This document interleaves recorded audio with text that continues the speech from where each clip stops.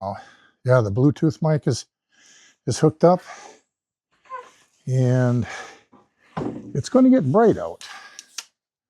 So let's just see. We're going to go out here. It's a pretty bright day. Kind of crazy though, isn't it? When you look around. This all came down at one time. So that means we have, oh, I'd say a good 30 inches of snow here. Let me go. Look at that. Boy, is it bright. It is really, really bright. So we're going to look around, take a little walk out here. Oh, good. This stuff started to, and the dryer vent's okay too. Just got to make sure I don't fall on my bum here. Oh, I see Mandy's driveway got dry pretty good. Our, okay. So we're just going to walk down here, get an idea on what it looks like a little bit out on the neighborhood. Huh.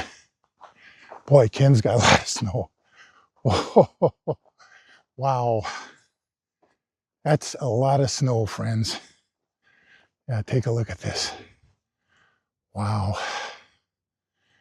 Wow, wow, wow. Yeah, we'll just walk up the street here a little bit. Looks like my bush is pretty well covered. Probably broke a couple branches I'll have to trim. Here's the homestead, Web Developer Way.